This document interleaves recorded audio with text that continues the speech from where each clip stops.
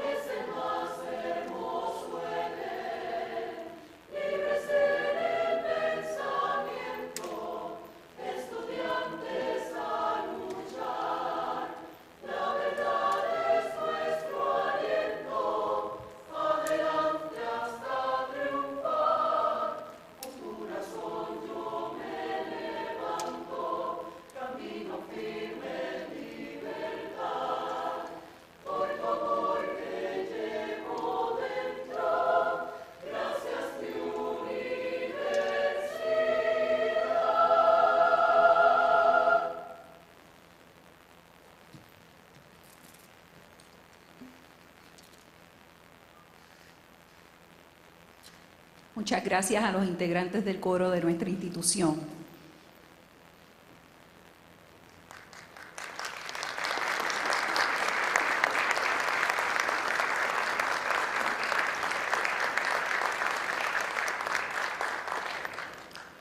Damos inicio ahora a los actos de nuestra lección magistral y dejo con ustedes al doctor José N. Caraballo, nuestro rector.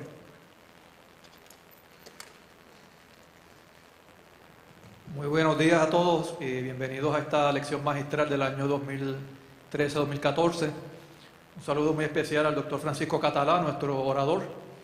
Le agradezco mucho su disponibilidad para estar con nosotros el día de hoy y dirigirse a nuestra facultad y estudiantes. Un saludo a los decanos, a los miembros del Senado, facultad, estudiantes y otras personas que nos visitan. Sé que la conferencia de hoy va a estar sumamente interesante. Así que no voy a tomar más tiempo para dejar que continúen los trabajos. Tengan todos un buen día. Gracias, rector. Para presentar a nuestro orador invitado, dejo con ustedes a la doctora Gloribís Rosario, nuestra decana de Asuntos Académicos.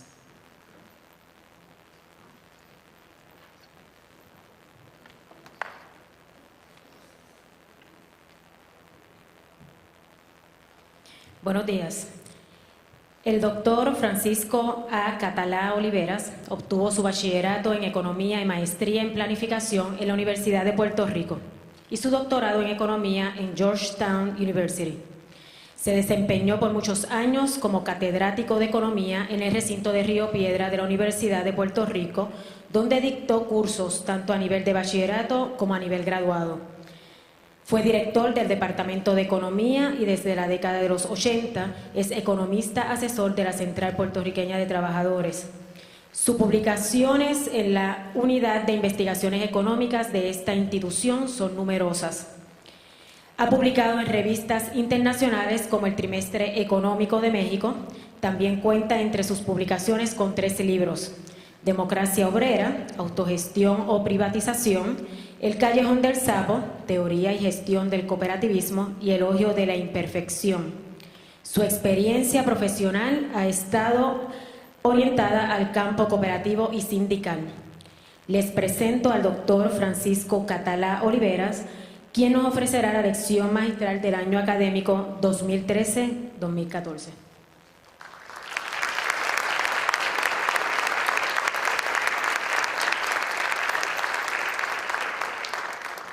Señor rector, decanos, miembros del Senado académico, colega del claustro, estudiantes, amigos. En primer lugar, mi agradecimiento por concederme esta oportunidad. Dirigirme a ustedes realmente me honra profundamente. Espero estar a la altura de ese reconocimiento. Voy a hablar de algo que me parece sencillo, lo que los religiosos llaman ovejas descarriadas y los economistas llamamos recursos extraviados. La diversidad, las ideas, los gustos, las preferencias, los valores, las virtudes, los vicios, las visiones de mundo, caracteriza a los seres humanos. Somos la única criatura que trasciende la monotonía de la conducta exclusivamente dictada por el instinto. Imagínese lo aburrido que es ser pejo o gato. Ladran y maullan lo mismo en Puerto Rico que en China. Los seres humanos no. Los seres humanos hablamos castellano acá, chino allá. Las otras criaturas están apresadas por el instinto. Nuestra extraordinaria riqueza es que somos seres culturales, pero también conservamos los instintos, algunos muy primitivos. Pero es de la cultura que nace nuestra pasión inquisitiva. Por ello la vida es constante búsqueda, continua indagación. Todo está sujeto a innumerables preguntas. Las diferentes contestaciones dan lugar a que, aunque la realidad pueda ser una, las maneras de verla e interpretarla sean muchas. Eso da lugar a una gran riqueza y también a numerosos conflictos. Las mejores preguntas realmente las formulan los niños. Las preguntas de los niños son casi una metáfora de la eternidad. ¿Por qué esto? ¿Por qué aquello? ¿Por qué esto? ¿Por qué esto? En la dimensión más formal hay que atribuírselas, creo que a la filosofía y a la física. ¿Cómo surgió el universo? ¿Cuáles fueron sus condiciones iniciales? Existen universos paralelos, múltiples universos paralelos, con leyes físicas distintas.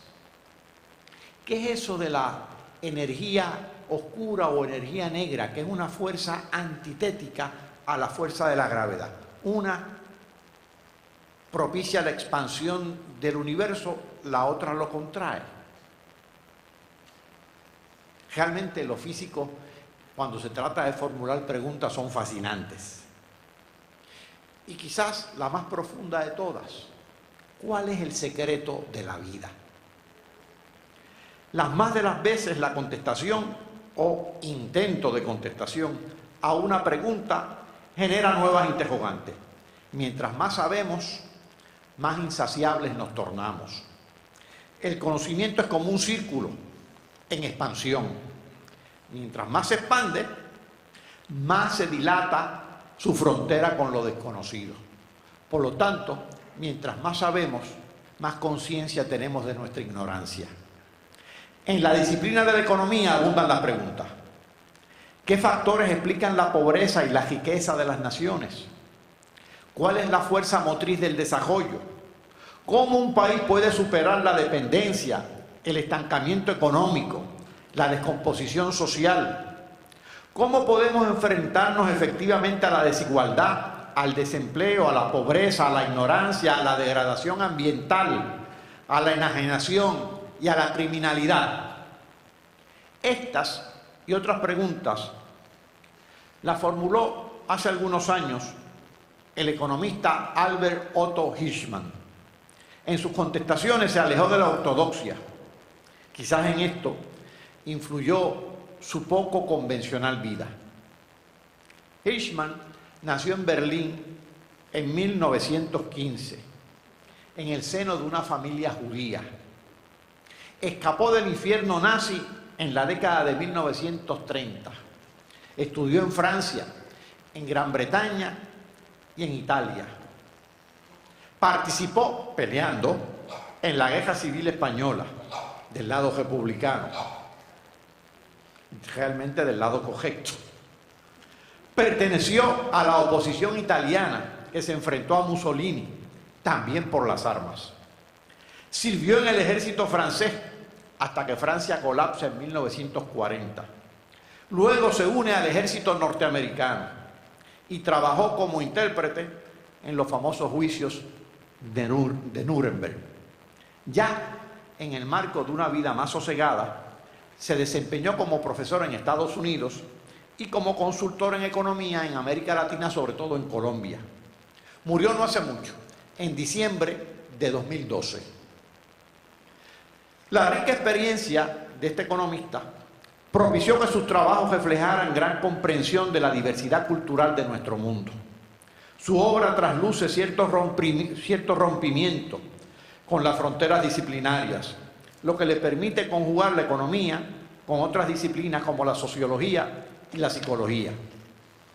¿Cómo es posible, se preguntó Hirschman en una obra escrita a fines de la década del 50, La estructura del desarrollo económico? ¿Cómo es posible que un país estancado pueda cumplir con los requisitos que suelen invocarse cuando de desarrollo se trata? La lista de estos requisitos le pareció a Hirschman en extremo exigente y por lo tanto desalentadora. La lista incluye recursos naturales, capital, oferta de empresarios y administradores, capital humano, es decir, educación, nuevas tecnologías, orden público, observación de las leyes, claras y coherentes normas de administración pública, buen sistema de valores, buen clima de opinión y de discusión pública, pautas de conducta no conformista, incitación al logro y suma y siga. ¿Cómo cumplir con todo eso simultáneamente para desarrollarse? En realidad, la llamada lista de requisitos, en lugar de condiciones para iniciar un proceso de desarrollo, lucen como resultados del mismo. Y así pareció advertirlo Hirschman. Y cito, dice Hirschman: estos recursos y circunstancias no son tan escasos ni tan difíciles de conseguir. Desde luego, bajo la condición de que el propio desarrollo económico empiece a manifestarse primero. Pero aquí hay algo que desafía la lógica.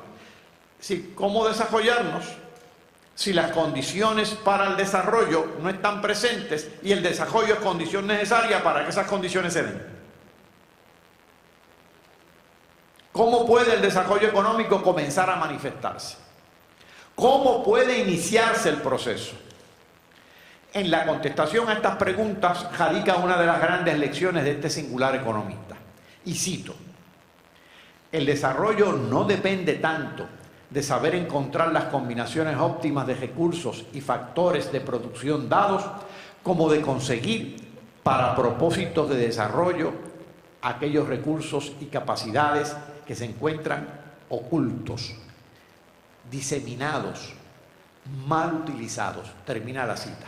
Es decir, se está refiriendo a los recursos extraviados, a las ovejas descarriadas.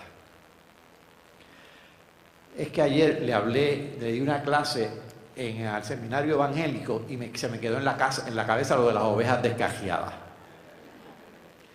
Para respaldar este punto de vista y establecer la importancia del diseño institucional, Hirschman cita a otro economista, Harry Pearson, y cito: siempre y en todas partes existe una disponibilidad potencial de excedentes.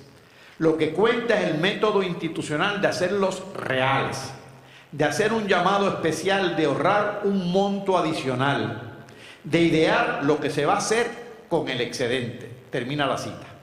Dicho de otra forma, cuando el andamiaje institucional de la sociedad es inadecuado, es decir, cuando las maneras de ver, organizar y hacer las cosas es disfuncional, se extravían y dilapidan recursos, se obstaculizan gestiones innovadoras y se ignoran o desprecian recursos que están al alcance de la mano, sean estos tangibles como tierra o capital, o intangibles como destrezas, conocimientos, experiencias históricas, posición geográfica, acervo cultural. Son estos bienes o recursos intangibles los que con mayor facilidad se nos pierden. Sin ellos tampoco pueden movilizarse adecuadamente los recursos tangibles, como tierra, capital y trabajo, los famosos recursos clásicos. La subordinación política o colonial y la dependencia psicológica y económica no constituyen una buena brújula para dar con los recursos extraviados.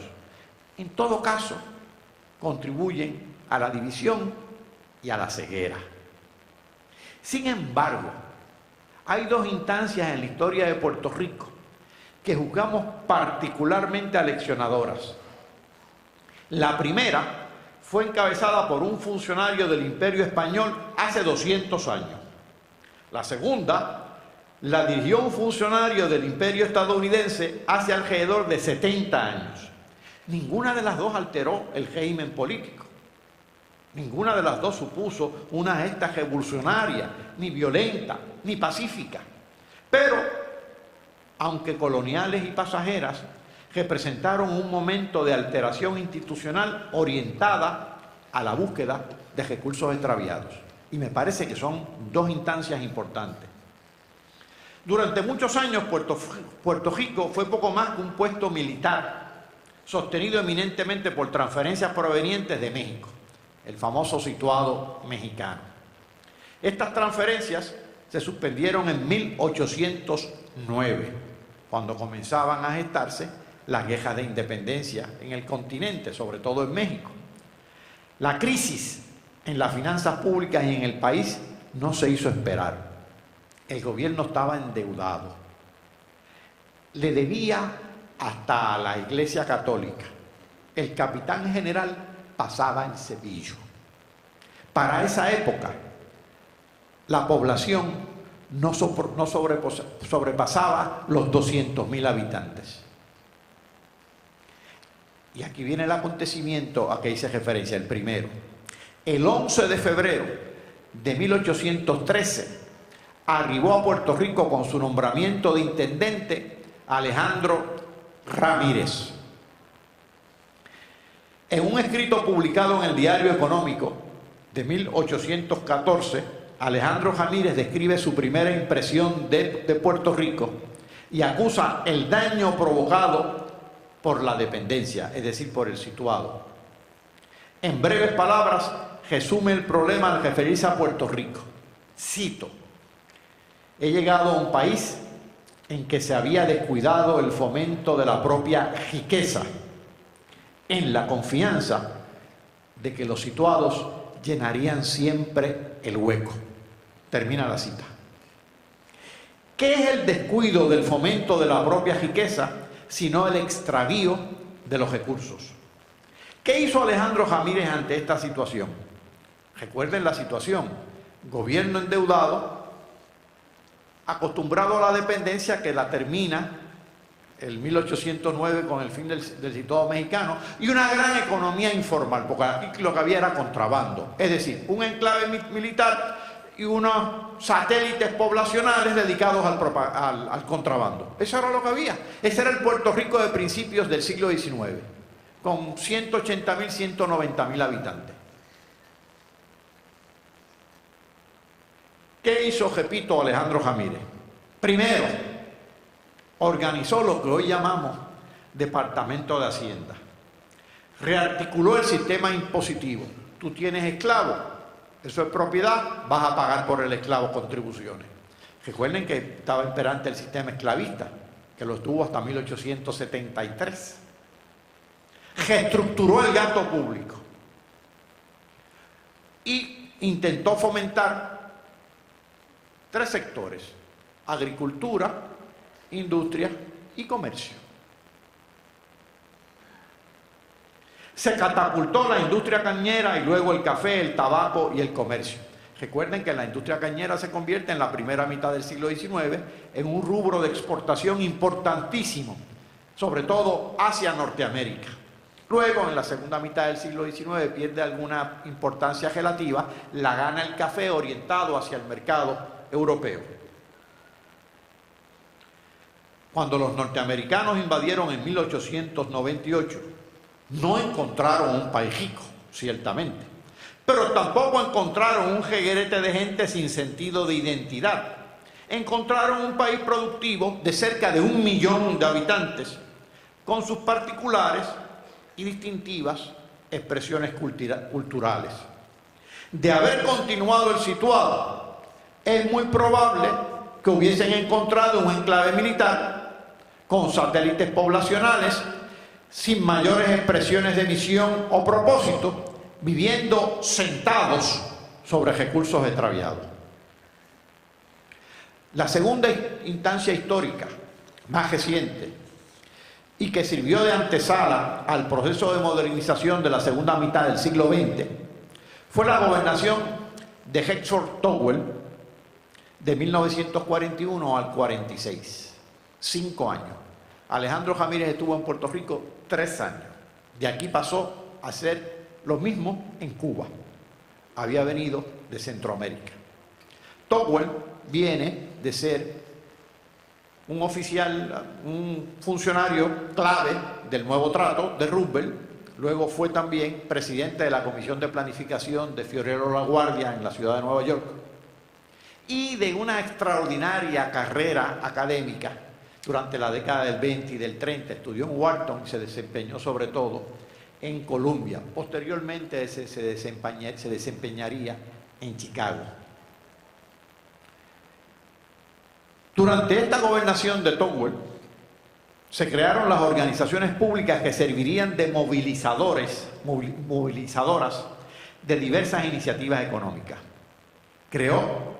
Articuló esa administración el Banco de Fomento, la Compañía de Fomento, la Junta de Planificación, el Negociado de Presupuesto, la Oficina de Estadísticas, la Compañía Agrícola y toda una serie de corporaciones públicas. Towell, que por cierto era un economista destacado, tanto en la academia como en el servicio público, sostenía de forma muy parecida a Hirschman que los seres humanos suelen requerir, que lo que los seres humanos suelen requerir está en correspondencia con los recursos de la sociedad si ésta se organiza adecuadamente. Si no se organiza adecuadamente, pues los recursos se extravían. Ahora, debo hacer una anotación aquí. Tanto en el caso de Alejandro Ramírez como en el caso de Towell, hubo una especie de alineamiento de planetas. En el caso de Alejandro, porque no es una persona la que realiza todo eso, estos son procesos históricos más complejos. En el caso de Alejandro Ramírez, se alinearon los siguientes planetas. Primero, en el 1810, justo antes de llegar Ramírez, los puertorriqueños, los pocos puertorriqueños que había en Puerto Rico, eligieron como diputado a las Cortes a Ramón Power y Girard. Eso fue un breve momento de cierto liberalismo del Imperio Español, que no tuvo muchos momentos liberales. Power inclusive llegó a ser vicepresidente de las Cortes Españolas y se ingenió, junto a otros diputados, separar la Capitanía General de Puerto Rico, es decir, el gobierno, de la Intendencia, es decir, el secretario de Hacienda. Por lo tanto, cuando nombran a Alejandro Ramírez intendente de Puerto Rico, no le tenía que responder al gobernador, que era un militar muchas veces bastante obtuso, y le respondía directamente al gobierno español, y pudo hacer entonces esa reforma tributaria y gubernamental que probablemente el militar no lo hubiera permitido. Dos, se dan las quejas de independencia, que provocan también inmigración hacia Puerto Rico, y crece la población de Puerto Rico. Inmigración que venía acompañada de capitales. En el 1815 se aprueba la Real Cédula de Gracias, que es eminentemente un programa de fomento económico para Puerto Rico. Así que hubo cierto alineamiento de planetas. En el caso de Tocqueville también hay un alineamiento de planetas. Uno, la influencia del institucionalismo en los programas del Nuevo Trato. Dos, la Segunda Guerra Mundial. Tres, la victoria electoral de un partido que estaba en su momento reformista y el dominio de ese partido de la Asamblea Legislativa. Así que todos esos factores coincidieron. Esos alineamientos de planetas se dan históricamente, pero a veces tardan en darse. Sin embargo, la modernización que sucedió a Tocqueville cobró formas hipertróficas. Inicialmente fue aplaudida por la rápida industrialización a base de inversión directa externa, el auge de la construcción y el aumento innegable en indicadores económicos y en indicadores educativos y de salud. Luego, de manera cada vez más notable, ha sido el otro polo dialéctico el que ha ocupado la escena. Subordinación política, emigración masiva, desempleo crónico, bajas tasas de participación laboral y de empleo. La tasa de empleo de Puerto Rico, es decir, las personas empleadas como proporción de las personas que tienen 16 años o más, es solamente 35%. ¿Dónde está el otro 65%? Recursos extraviados. La tasa de participación laboral, que incluye empleados y desempleados en el numerador y en el denominador, población de 16 años o más, es de solo 39 a 40% en Puerto Rico, la más baja del mundo, incluyendo países ricos, pobres, grandes, pequeños. La de Costa Rica, por ejemplo, es 65%. La de Estados Unidos sobrepasa el 60%. La de Singapur debe estar cerca del 70%, para que tengan algunos puntos de referencia. Desnacionalización de la propiedad de los activos productivos. Si usted excluye sus casas y la tierra, y solamente nos referimos a los activos productivos comerciales y manufactureros, el 80% de esos activos no son propiedad de residentes de Puerto Rico. En consecuencia, desproporcionada remisión de excedentes hacia el exterior. Esos excedentes son ganancias no distribuidas, dividendos e intereses. Descalabro agrícola, degradación ambiental, profundización de la dependencia, con una gran confusión con las transferencias otorgadas y devengadas, urbanización desordenada, endeudamiento, insuficiencia fiscal, descomposición social. Y ahora todo esto en el contexto del 8º año consecutivo de franca contracción económica. El ingreso nacional bruto de Puerto Rico durante los últimos 8 años se ha contraído en alrededor de 14% en términos reales. ¿Cómo enfrentar esto? Para enfrentar tales problemas,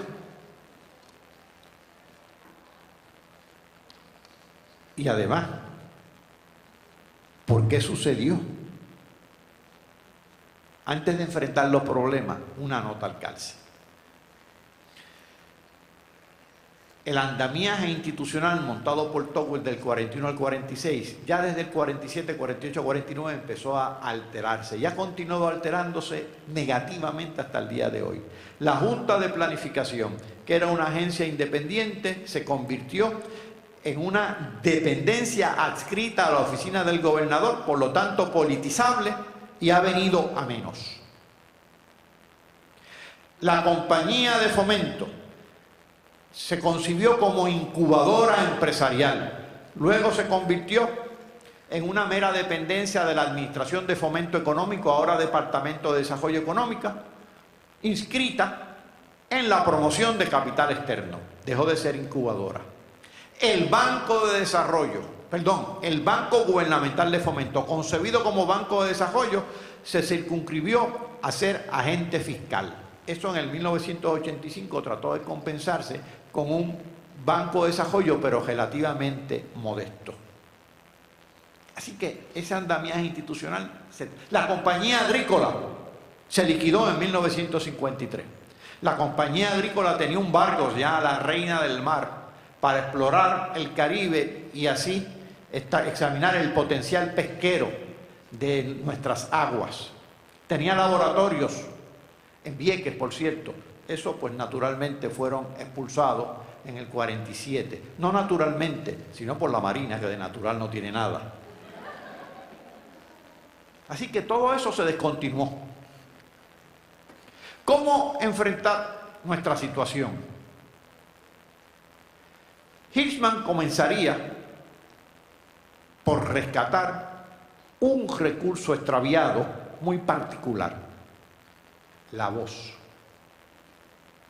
En un excelente ensayo publicado en 1970, Hirschman acuñó la dicotomía de salida y voz. Por salida entiende la opción de escape, ya sea buscando un proveedor alterno, o rompiendo una relación, o emigrando del país. La voz se define como expresión pública que demanda acción. La salida y voz pueden, aunque no siempre, debilitarse mutuamente. Generalmente es la salida la que ahoga la voz. Hirschman ofrece varios ejemplos para ilustrar este punto. En la instancia del mundo económico se refiere a la facilidad con que los especuladores compran y venden acciones en la bolsa de valores. Estas salidas características del mercado financiero les permiten a los accionistas divorciarse de la gestión empresarial o del ejercicio de la voz en la economía real, en la que produce artículos y servicios.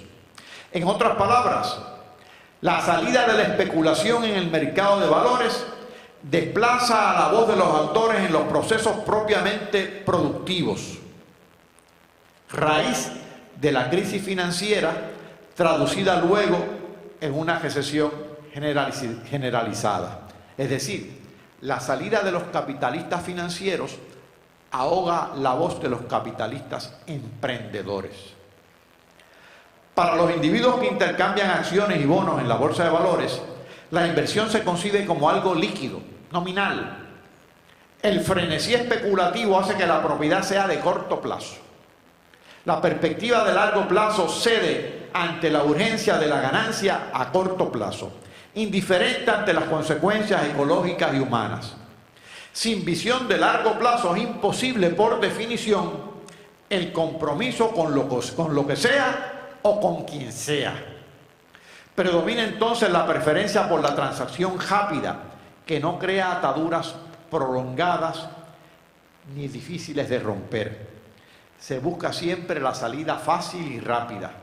En otra dimensión completamente distinta, la voz sería el esfuerzo, el compromiso y el continuo diálogo en que se fundamenta una relación de pareja, mientras que la salida podría representarse por la vocación, por la aventura fugaz, carente de compromisos. Al acuñar, hay quien tiene una gran vocación por la monogamia en serie, sin compromiso. Y hay quien se compromete, dialoga y establece una relación de pareja duradera. Fácil no lo es.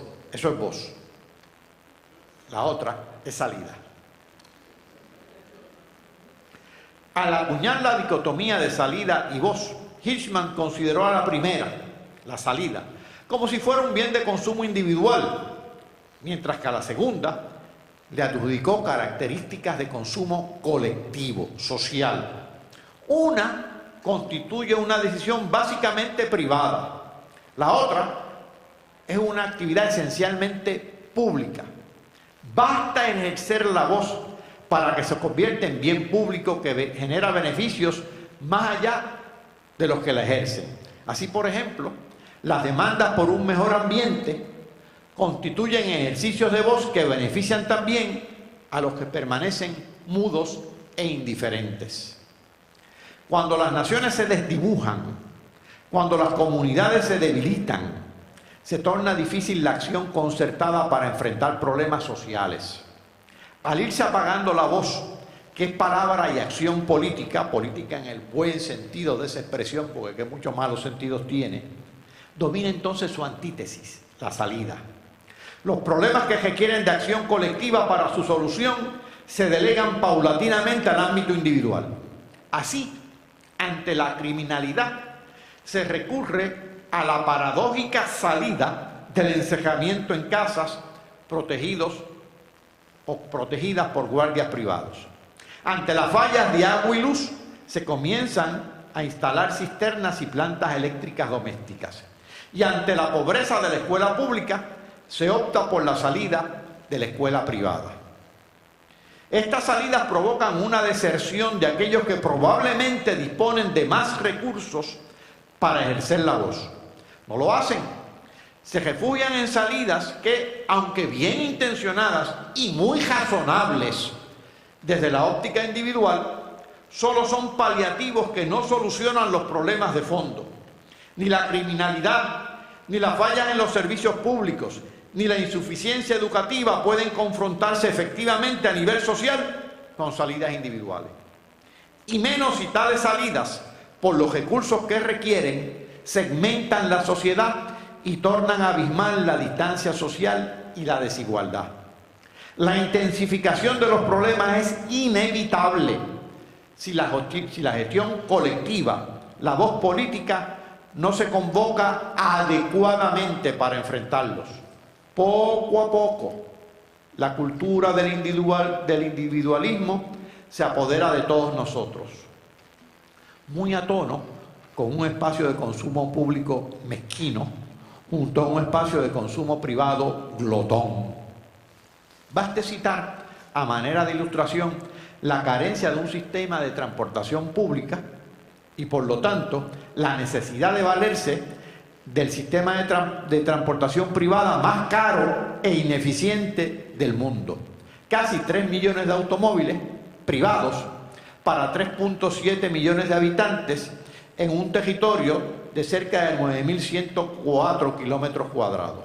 Absurdo y costoso, costosísimo en términos de los automóviles, de gasolina y de carretera, cada vez más mala. Otro ejemplo que ilustra la carencia de voz y el uso desmedido de la salida es el contraste entre las escuelas y los centros comerciales. La educación pública en Puerto Rico, la que se dice que goza de la más alta prioridad, es a todas luces inadecuada.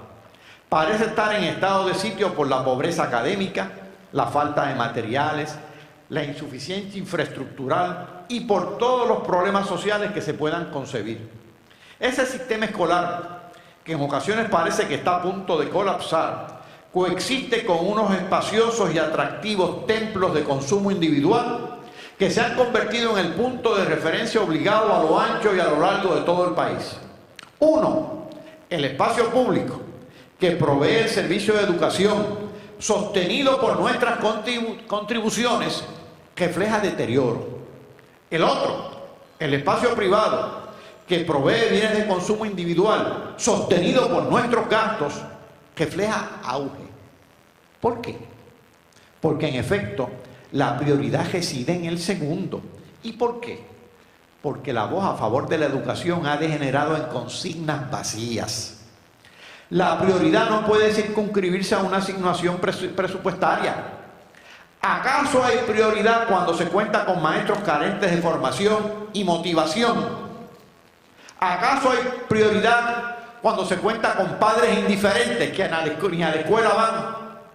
¿Acaso hay prioridad cuando se cuenta con suplidores privados con oscuras relaciones contractuales con el Departamento de Educación? ¿Acaso hay prioridad cuando se cuenta con una burocracia politizada?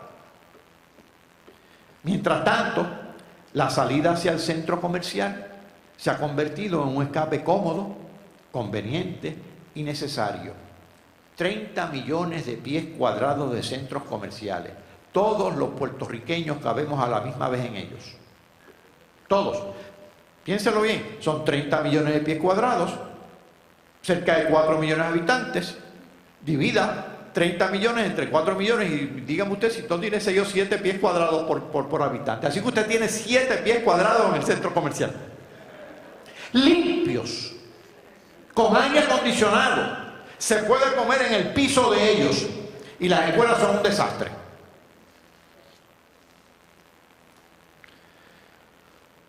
Los problemas de la insuficiencia fiscal y del endeudamiento público han puesto de moda las políticas de austeridad aquí y fuera de aquí.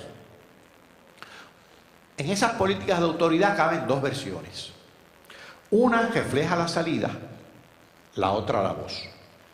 Si la austeridad significa claudicación de la responsabilidad pública, si presume que con la reducción del gasto gubernamental se estimula a una economía morosa, si se traduce en languidecimiento tanto del sector público como del sector privado, si degenera en un malabarismo en el que la mano izquierda castiga con insensibilidad social mientras la mano derecha premia con generosos contratos, y si se deja acompañar del binomio de la extorsión y el soborno, entonces es solo salida, una mala salida. Por otro lado, si la austeridad significara políticas de estímulo al ahorro para orientarlo hacia el financiamiento de inversiones productivas, si se interpretara como la sustitución del gasto frívolo por el buen gasto, si se orientara hacia la forjación de una sociedad educada y sana y no grosera y glotona, si supusiera eficiencia y pulcritud tanto por el lado de la recaudación como por el lado de los gastos, si se acompañara de una verdadera reforma para ampliar la base tributaria, de suerte que cada individuo y cada empresa pagara lo que en justicia le corresponde y el gobierno respondiera con los servicios y el estímulo que requiere el desarrollo económico, entonces sería voz de la que tendríamos que hacernos eco. Las sociedades no pueden desarrollarse recogiendo exclusivamente a salidas fáciles. Esto es imposible.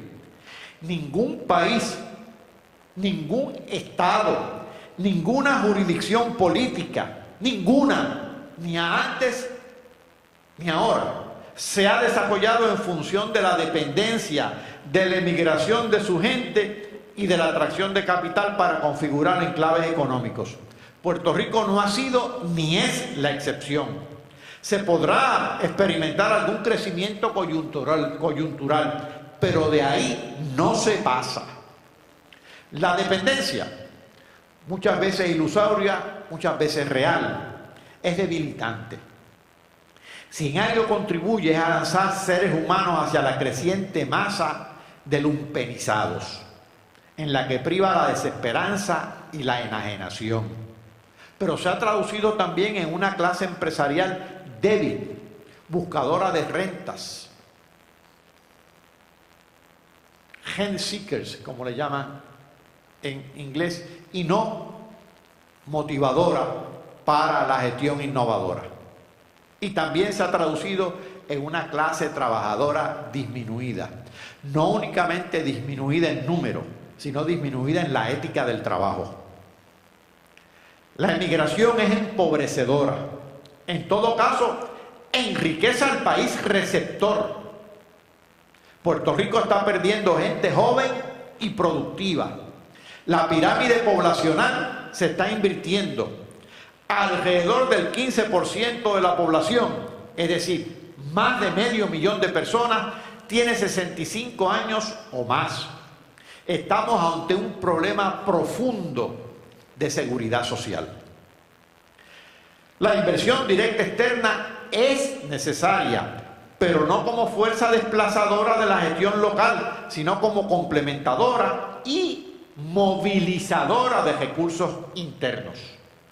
Su importancia no radica eminentemente en el relajamiento de una restricción de las inversiones, sino en su uso estratégico para importar conocimiento y tecnología y para vincularse a las diversas redes de los mercados internacionales.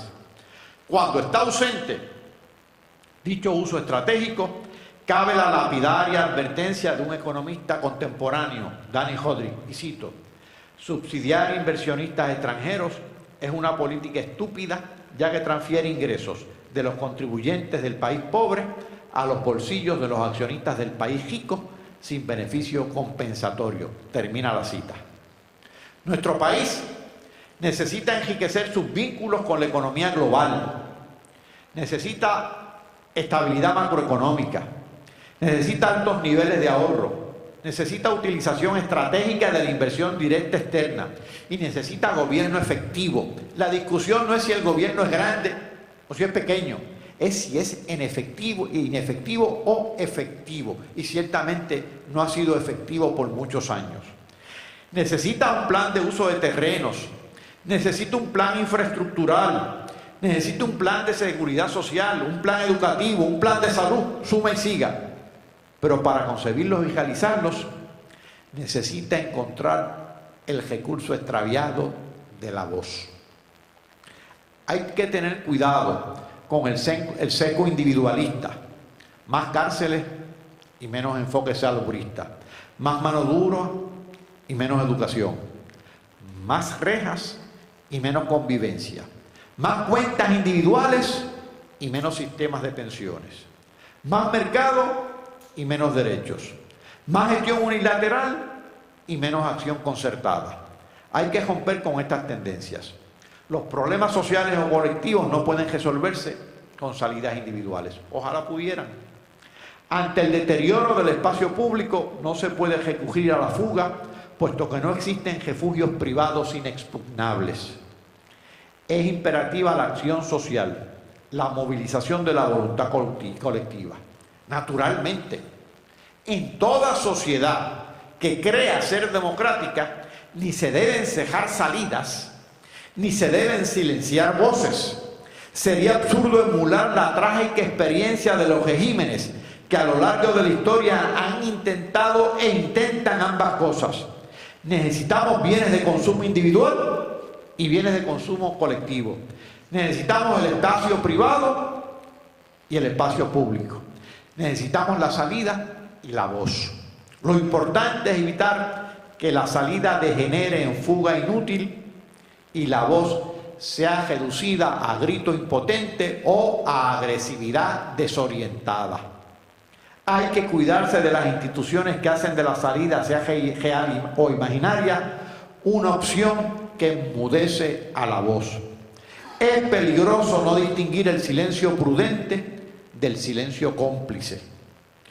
No se cuenta, desafortunadamente, con una receta infalible para diseñar el balance institucional adecuado para las opciones de salida y voz. No obstante, es evidente que la voz se apaga si no se usa. ¿Qué se necesita para usar la voz? ¿Qué requiere la búsqueda de los recursos extraviados necesarios para el desarrollo? Albert Hirschman tituló el ensayo a que hiciéramos referencia Salida, voz y lealtad.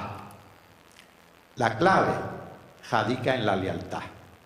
Ningún agregado de seres humanos puede estar a la altura de los retos ecológicos y socioeconómicos que enfrenta si los lazos sociales, desde la familia, la comunidad, la nación y las redes internacionales, se desintegran. La comunidad y la nación se definen por vínculos territoriales y culturales que asumen una configuración particular. Presumir superioridad de una sobre otra, sojuzgarla, eliminarla o negarla, constituye un crimen monstruoso que disminuye la riqueza del pluralismo, sello distintivo de la humanidad. Desafortunadamente, el desprecio y la deslealtad hacia el propio país existen. Sobre tales sentimientos llegan hasta fundamentarse algunas orientaciones políticas. De esta forma se cierran las posibilidades de desarrollo. La lealtad se convierte entonces en otro recurso extraviado. Dice el economista Aldo Fejer, un economista contemporáneo, refiriéndose al legado del famoso economista Raúl Prebisch, fundador de la Comisión Económica para América Latina, comisión adscrita a la Organización de las Naciones Unidas, que el desarrollo consiste, y cito, en gestionar el conocimiento e incorporarlo al tejido económico y social. Termina la cita. Añade que este requiere un espacio nacional o una determinada densidad nacional. Cito, el desarrollo no se importa. No hay ningún caso en la historia económica del mundo en que un país haya sido desarrollado desde afuera. El desarrollo siempre es un proceso que se da en un espacio nacional o no se da. Termina la cita. Ni el ejercicio de la voz, ni la lealtad requieren actos heroicos. Yo estoy cansado del santoral patriótico lleno de héroes y estoy cansado de los vivos que aspiran a pertenecer a ese santoral. Tampoco el desarrollo significa la conquista de la utopía. Los héroes, si no hay comunidad, son nada, se quedan solos. Y las utopías no existen. Basta con la responsabilidad de mujeres y hombres normales. Por favor, simple y llanamente normales, comprometidos con el futuro del país y capaces de forjar buenas instituciones. La lealtad no es un recurso como el petróleo, que se gasta con su uso. La lealtad es un bien de mérito. Aumenta cuando se manifiesta y disminuye hasta desvanecerse cuando no se expresa. La lealtad es como el conocimiento. Usted lo imparte, ustedes son profesores, muchos de ustedes lo imparten. Y cuando lo imparten, lo están usando y notan que crece su propio conocimiento, que ustedes aprenden a enseñar. No se desgasta. Se desgasta si no se usa. Es como el amor. Si no se cultiva, no florece. Se desvanece. Ojo, hay una gran diferencia entre el amor y el conocimiento. Se supone que el conocimiento abra los ojos. Si no los abre, algo ande mal. Y por ahí dicen que el amor es ciego. Yo francamente les voy a hacer una recomendación gratuita. Aunque digan que el amor es ciego, ojo, mantenga por lo menos los ojos entreabiertos para evitar equivocaciones. Pero ciertamente, la lealtad es un bien de mérito.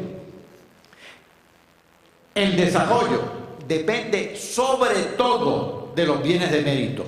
También son bienes de mérito la confianza, la amistad, la integridad, la libertad, la igualdad, el respeto a la naturaleza y la sensibilidad hacia la justicia. Estamos en un recinto de la Universidad de Puerto Rico. Se dice que la responsabilidad de las universidades se resume en el cultivo del conocimiento. Es decir, ustedes tienen que cultivar la vocación inquisitiva. Dije inquisitiva, no inquisitorial, que por ahí también existe. Desafortunadamente, también este recinto, todos los recintos de la universidad, que son un espacio privilegiado para el ejercicio de la voz, ha enmudecido un tanto. Por distintas razones, no necesariamente por la maldad de nadie. También el deterioro de la ética del trabajo ha afectado, como a todo el país, a la Universidad de Puerto Rico. También en la Universidad de Puerto Rico, estudiantes y profesores entran y salen comprometidos con compromisos contractuales ajenos a la universidad. El tiempo completo solamente existe nominalmente. No ha sido sustituido por el tiempo parcial, ha sido sustituido por la prisa. Nuestra voz universitaria se ha deteriorado y tenemos un espacio privilegiado para el uso de la voz. Las universidades han sido claves en el desarrollo de muchos países. ¿Qué hizo Estados Unidos? El gobierno federal sobre todo, y los gobiernos estatales. Una red de universidades públicas, por cierto, en los 50 estados. Una red de cajeteras transestatales. Sin esa red de educación y sin esa red de comunicación, ese país no se hubiera desarrollado. Y eso fue gestión pública. ¿Cuáles son nuestras armas para ejercer la voz? La enseñanza, la investigación, el análisis crítico, el diálogo. Esa gestión es deber indelegable de todo universitario. A esa gestión le debemos lealtad y ese recurso extraviado tiene que ser rescatado. Muchas gracias.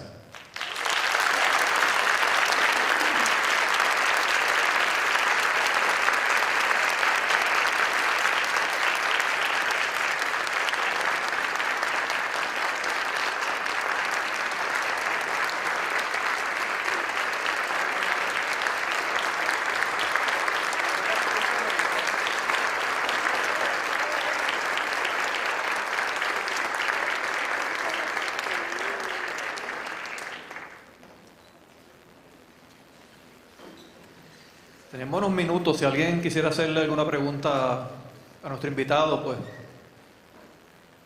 pueden hacer en confianza.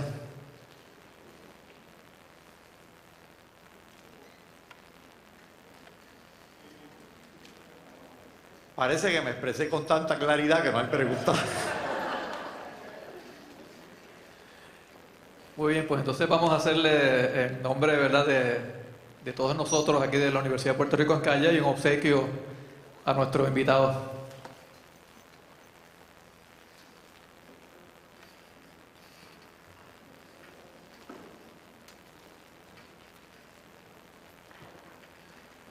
En nombre de la facultad, Senado, la administración y los estudiantes de este colegio, les damos las gracias por estar con nosotros el día de hoy. Les hacemos obsequio de este cuadro.